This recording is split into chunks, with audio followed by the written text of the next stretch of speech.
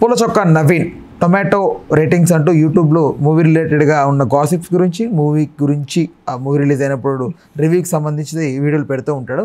So ఇతనికి చుట్టూ ఒక కాంట్రవర్సీ అయితే చుట్టుకుంది. ఒక సినిమా ప్రొడ్యూసర్ని 40,000 అడిగాడని దానికి రిలేటెడ్గా పోలీస్ స్టేషన్ మెట్ల వరకు ఎక్కడం జరిగింది.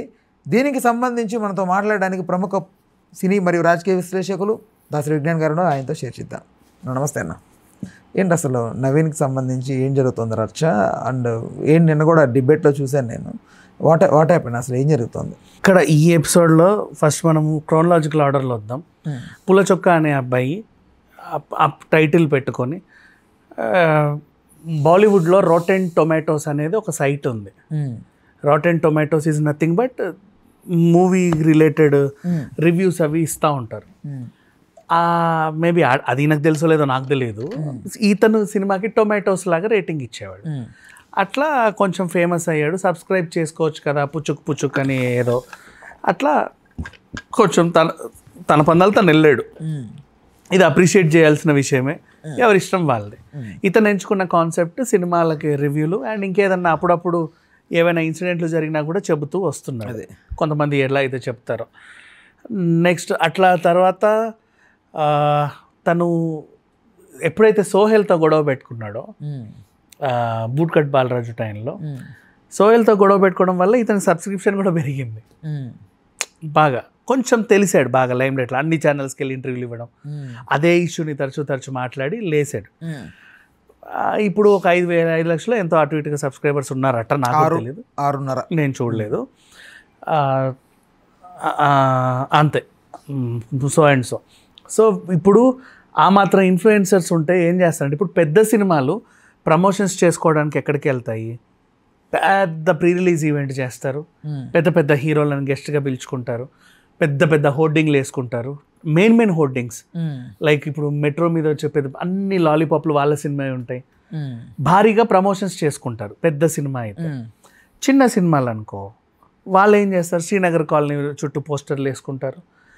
ఏవైనా యూట్యూబ్ లేకపోతే ఇన్ఫ్లుయెన్సర్స్ వాళ్ళు వీళ్ళందరినీ పిలిచి టీం అదే పనికి ఇంటర్వ్యూలు ఇస్తూ ఉంటుంది. అన్ని ఛానల్స్ తిరుగుతా వాళ్ళ మూవీ ప్రమోట్ చేసుకోవడానికి.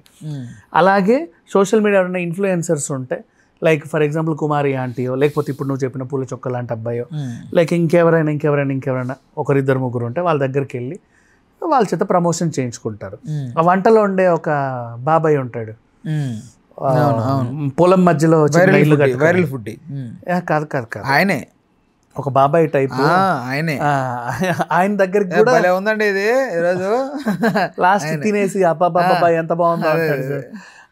ఆయన దగ్గరికి కూడా వెళ్ళి ఆ పొలం దగ్గరికి వెళ్ళి ప్రమోషన్ చేసుకొని వస్తారు. సత్యదేవ్ వెళ్ళాడు, గెటప్ సీన్ వెళ్ళాడు, వీళ్ళందరూ వెళ్ళారు అట్లా. అండ్ మన కుమారి ఆంటీ దగ్గరికి కూడా అప్పట్లో ఎవరో వచ్చారు కదా, మొన్న కూడా ఎవరో సందీప్ కిషన్ మొన్న కూడా రీసెంట్గా ఎవరో వెళ్ళారు అక్కడ. సంథింగ్ అది గుర్తురాడు, సుమంత్ సంథింగ్ ఎవరో వెళ్ళారు. ఓకే. సో ఇప్పుడు ఈ అబ్బాయి కూడా కొత్త గొప్ప పాపులర్ ఉంది కదా, అంటే 4 ఇంటర్వ్యూలు ఇచ్చి he also knows to people. రెగ్యులర్గా ఐమాక్స్ దగ్గర సినిమాలు చూస్తే ఫేసెస్లో తను కొంచెం నోటెడ్ ఫేస్ కాబట్టి ఇతని దగ్గరకు కూడా ప్రమోషన్స్ కోసమే వస్తారు. ప్రమోషన్స్ కోసమే వచ్చి 40,000 ఎంత కావాలని అడిగితే తను 40,000 అడిగాడు. యూట్యూబ్ ఇంటర్వ్యూలకు కూడా మేము అంత ఇవ్వలేదు కదా. యూట్యూబ్ ఇంటర్వ్యూలకు చాలా మంది ఫ్రీగానే చేస్తారు, వాళ్ళకి కూడా కంటెంట్. కొంతమంది డబ్బులు ఇస్తారు. అది 40,000 ఇస్తే మనం పిఆర్ చేసుకోవచ్చు. అవును, అందరినీ పిలిచి ప్రెస్ మీట్ పెడితే 10 మంది 10 ఆర్టికల్స్ రాస్తారు, ఏదో సినిమా వస్తుందంటారు, అన్ని వెబ్సైట్స్లోనూ వేస్తారు కదా. ఆ బడ్జెట్ ఆ బడ్జెట్ అంతా ఒకడే అడిగేసరికి ఈ నిర్మాతకి నచ్చలేదు. 5-10 అనుకున్నాను అంటే 5-10 నా వాల్యూ కదా అని తను కూడా మాట్లాడు ఉంటాడు పొగరుగా. ఆ కన్వర్షన్ మనకు తెలియదు. అంటే నిన్నటి వరకు నిన్న డైరెక్ట్ ఆ ప్రొడ్యూసర్తో కూర్చొని కూడా మాట్లాడాను నేను ఒక డిబేట్లో. నాకు అర్థమైంది చెప్తున్నా, ఖచ్చితంగా 90% ఇదే కరెక్ట్ అయి ఉంటుంది. ఎక్కడో ఈ మాట చెడేసరికి నోనండి నేను అట్లాంటి ఆ బడ్జెట్లో చేయనని ఇతను కూడా కొంచెం పొగరగానే చెప్పు ఉండొచ్చు. అవతలోడిది కూడా హట్ అయ్యింది. పోతే పో అనుకున్నారు. సినిమా రిలీజ్ అయ్యింది. రిలీజ్ అయిన తర్వాత ఈయన ఎందుకో చూశాడు దాన్ని. అది ఎట్లాగూ దాని రివ్యూలో అందరు ఎలా ఇస్తారో ఇతను కూడా అలాగే ఇచ్చాడు. 100% చెప్పాలి అంటే. నువ్వు పూల చొక్కా అనే పర్సన్ని పక్కన పెట్టేసి ఒకసారి అదే సినిమానో దాని రివ్యూ అని కొట్టు. ఒక 30-40 ఆర్టికల్స్ వస్తాయి, అందరు రాస్తారు. అన్నీ కూడా అలాగే ఉంటాయి, ఇతను ఎలా చెప్పాడో అలాగే ఉంటాయి మ్యాక్సిమం. 5/5 రేటింగ్ అయితే ఎవడు ఇవ్వడుగా. ఇప్పుడు కొన్ని పోస్టర్స్ చూస్తేనే అర్థమైపోతుంది వాళ్ళ కంటెంట్ ఏంటి, దీన్ని ఏం చేస్తారు అని. నెక్స్ట్ వీళ్ళ ప్రాబ్లం ఏంటి, ఏ సర్టిఫికేట్ ఇచ్చింది సెన్సార్ అంటే ఆల్రెడీ సగం మందిని కత్తిరించేశారు. ఫ్యామిలీస్, చిన్నపిల్లలు దూరం ఈ సినిమాకి. చూసేదంతా యూత్ వాళ్ళందరూ బూతే అనుకొని నమ్మారు వీళ్ళు. అసలు చూసిన వాళ్ళు సిగ్గుపడాలి ఈ సినిమా అని చెప్పాలి. ఎందుకు చెప్పనా, వీళ్ళు ప్రమోషన్స్లో కూడా కండోమ్ల గురించి మాట్లాడారు ఆ నిర్మాత. అండ్ ఇంకా పిచ్చి పిచ్చి ప్రమోషన్లు ఇవన్నీ. ఇంకా సినిమా చూసే వాళ్ళని కూడా చూడనివ్వాల. థియేటర్లో డబ్బులు వర్షం అంటే మనీ మూవీ, అదేంటిది money rain in movie hall for the first time in industry అని చెబితే గట్టిగా వేసుకున్నాం మేము. ఎందుకు, అది ఒక ఉగ్రవాది చర్య, అది టైట్గా ఉంటాయి సీట్స్, నువ్వు డబ్బులు వేసేస్తా కొట్టుకు చావరా, తొక్కిసలాడు జరిగితే పిచ్చగా జరుగుతుంది, మామూలుగా జరగదు. ఆ సంధ్య థియేటర్ ఇన్సిడెంట్ ఇంతే, ఇక్కడ మామూలు విధ్వంసం ఉండదు. ఈ విషయం చెబితే అవును కదా అని అప్పుడు వాళ్ళకి తెలుసుకొని దాన్ని విరమించుకొని ఎవరో ఒక అబ్బాయి అట్లా వచ్చి మీకు డబ్బులు వేసిపోతారు అని చెప్పారు. తర్వాత యాక్చువల్గా ఏం చేశారంటే సీటు కింద పెట్టామని వీడియోలు తీశారు. ఇప్పుడు నెక్స్ట్ ఈ కాన్సెప్ట్ కూడా చెప్తా.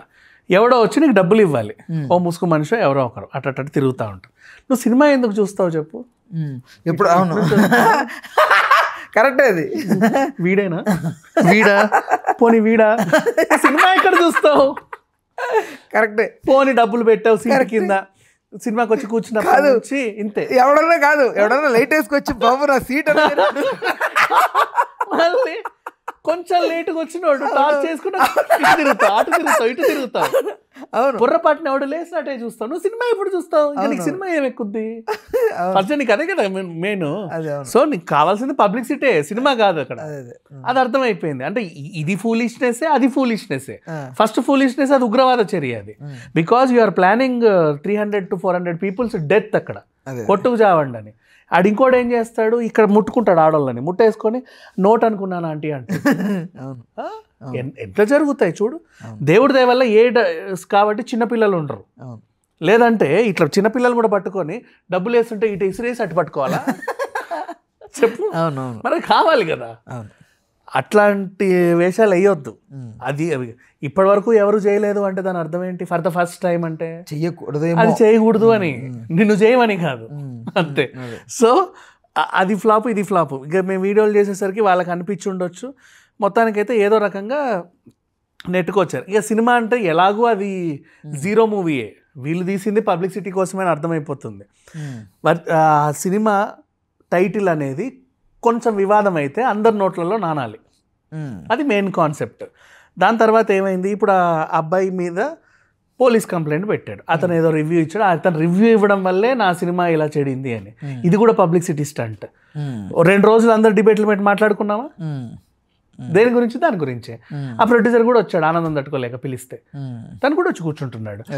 ఎందుకు పెట్టారండి అని. ఏమన్నాడు అంటే ఆయన ఏదో అన్నాడండి అన్నాడు. ఏమన్నాడో తెలియకుండా కేసు ఎలా పెట్టారండి అని అడిగితే నీళ్ళు నమ్ములుతున్నాడు. అది గుర్తులేదంట. మళ్ళీ అతను బిట్స్ ఫిలాని టాపర్ అంట. చూడు ఏ అంశం మీద కేసు పెట్టావు అంటే, ఒక అంశం నిన్ను బాగా హర్ట్ అయింది, హర్ట్ చేసింది, రాత్రి పడుకున్న అదే కల్లో తిరుగుతుంది కాబట్టి తెల్లారి లేసి నువ్వు కంప్లైంట్ ఇచ్చావు. అదేంటి అని అడిగితే చెప్పట్లా, ఏదో లేను. అప్పుడు డైరెక్ట్గా అడిగేసా, నాకు అనిపించింది చెప్తున్నా దీంట్లో. ఆ పూల చొక్కాతో ఈ ప్రొడ్యూసర్ కూడా లింకప్ అయ్యి ఓ వారం రోజులు మా సినిమా మీద బజ్ ఉండాలయ్యా, నేను నిన్ను మీద కేసు పెడతా, నువ్వు కూడా స్టేషన్కి పో, ఏదో రకంగా లాయర్ని మేనేజ్ చేసి ఏదో ఒకటి చేసి నేను నిన్ను మళ్ళీ తీసుకొస్తా, 5 లక్షలు ఇస్తా 10 లక్షలు ఇస్తా అంటే ఇది అవ్వచ్చు. నేను ఇది సోహెల్ దగ్గర జరిగినప్పుడు అనుకున్నా యాక్చువల్లీ సేమ్ ఇదే. Sohel at the same time పొలచొక్క వీళ్ళు కలిసిపోయి ఏదో గేమ్ ఆడుతున్నారు కావాలనే. ఇది ఏదో బూట్ కట్ బాలరాజుకి సంబంధించి బయట ఎస్టాబ్లిష్ ప్రమోట్ అవ్వడానికి కావాలని ఏదో చేస్తున్నారు సంథింగ్. ఆ పిల్లోడు నిజంగా ఏడ్చాడు. ఆయన పెయిన్ ఏంటంటే వాళ్ళ నాన్న రిటైర్మెంట్ డబ్బులు కూడా తెచ్చేసాడు. సింగరేణి వాళ్ళు రిటైర్ అయితే ఇంత ఇస్తారు.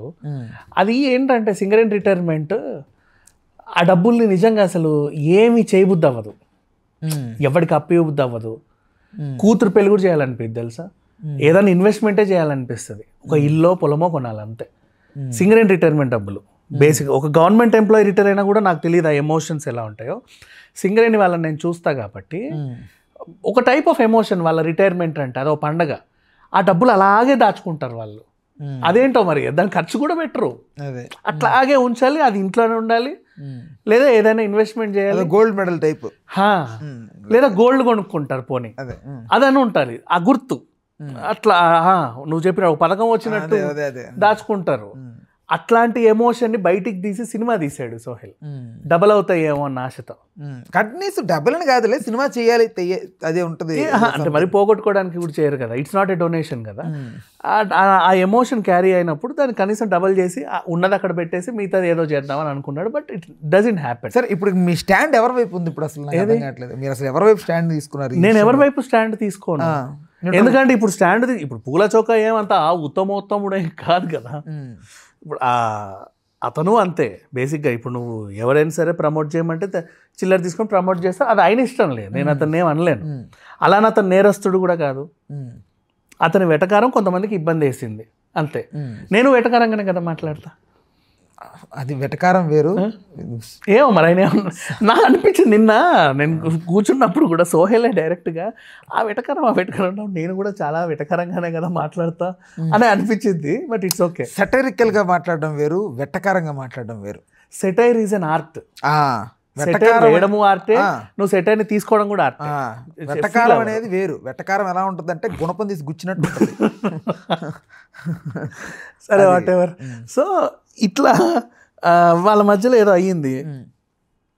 ఈ గొడవ నేను అనుకున్నది అయితే ఇది, నేను ప్రొడ్యూసర్ డైరెక్ట్గా అడిగా, ఇదే నా స్ట్రాటజీ, కావాలని ఇలా చేస్తున్నావా అని అడిగితే లేదా ఈ ఐడియా ఇప్పుడు మీరు మాకు ఇచ్చారు, నెక్స్ట్ టైం ఎప్పుడైనా వాడుకుంటాము అన్నాడు. సరే వాడుకుంటా, నాతోనే పెట్టుకోండి అని చెప్పి. సి అండ్ ఇప్పుడు ఇక్కడ ఒరిగింది ఎవరికో చెప్పనా, పూల చొక్కకే ఒరిగింది.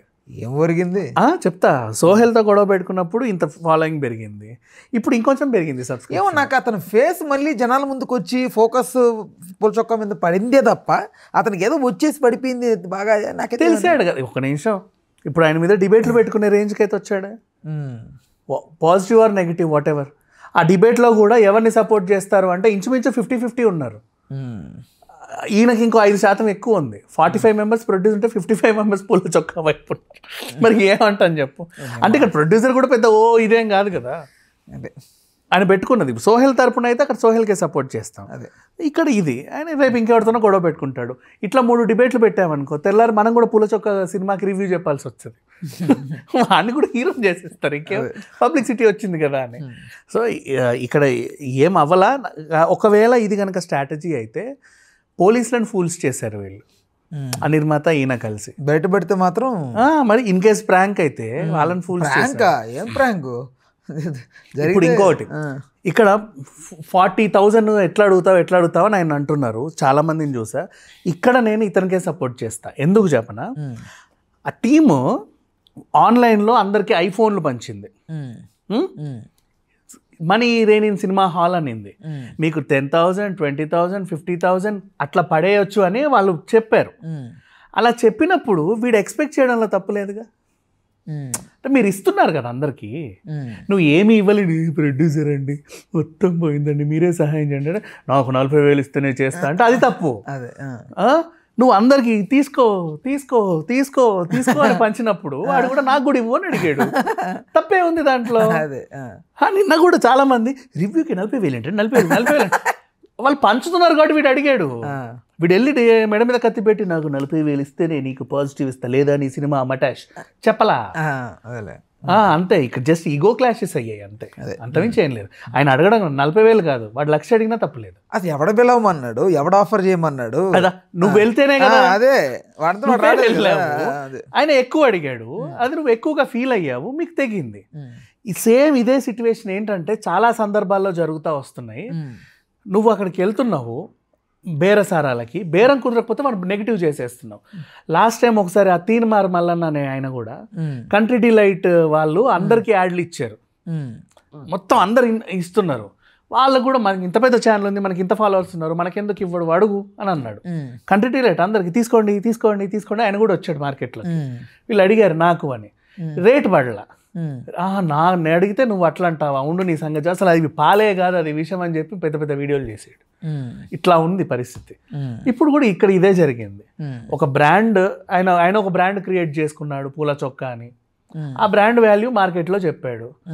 నీకు అంత సీన్ లేదని నేను అన్నాడు. పోండి ఎటు పడితే అటు. నీకు పూల చొక్కా నచ్చకపోతే ఇంకేదన్నా చెట్టు చొక్కాకేళ్ళు, ఆకుల చొక్కాకేళ్ళు, ఎంత పడితే అక్కడ ఇచ్చుకో, అంతే కదా. నీకు గో ఫర్ ఆల్టర్నేట్. వీడి మీద కక్ష పెంచుకొని ఏదో చేయాల్సి వస్తుంది. ఇది కూడా సినిమా స్ట్రాటజీ యాక్చువల్గా చెప్పాలంటే. వీళ్ళ సినిమాని ప్రమోట్ చేసుకోవడానికి ఈ వారం అంతా ఉంచాలి. నెక్స్ట్ ఇంకో స్ట్రాటజీ, ఈరోజు వీళ్ళందరూ కలిసి ఏదో పెద్ద సమావేశం పెడుతున్నారంట రివ్యూల గురించి. మా ఈ సినిమా నుంచే ఈ స్టాండ్ రావాలి, ఈ మార్పు రావాలి అని చెప్పేసి ఆయనకు ఆ థాట్ ఉంది. అంటే రేపటి రోజు ఒకప్పుడు రివ్యూలు ఉండేయండి, పలానా సినిమా వచ్చిన తర్వాత అప్పటి నుంచి వీళ్ళు ఇవ్వడం మానేశారని మాట్లాడుకోవాలి అట్లా. అండ్ ఇంకొకటి, నేను కూడా దీనికి వ్యతిరేకమే బేసిక్గా. సినిమా రిలీజ్ అయిన తర్వాత పబ్లిక్ టాక్స్ ఎందుకు? వాడి అభిప్రాయం పాజిటివో నెగిటివో ఇతను వీళ్ళ మీద ఇన్ఫ్లుయెన్స్ చేస్తుంది. ఒకప్పుడు పబ్లిక్ టాక్స్ లేనప్పుడు సినిమాలన్నీ 100 రోజులు ఆడాయి. ఇప్పుడు పబ్లిక్ టాకులు, ట్రైలర్లు, టీజర్లు అన్నీ వచ్చేసరికి, ప్రమోషన్లు ఎక్కువ అయ్యేసరికి సినిమా 3 రోజులు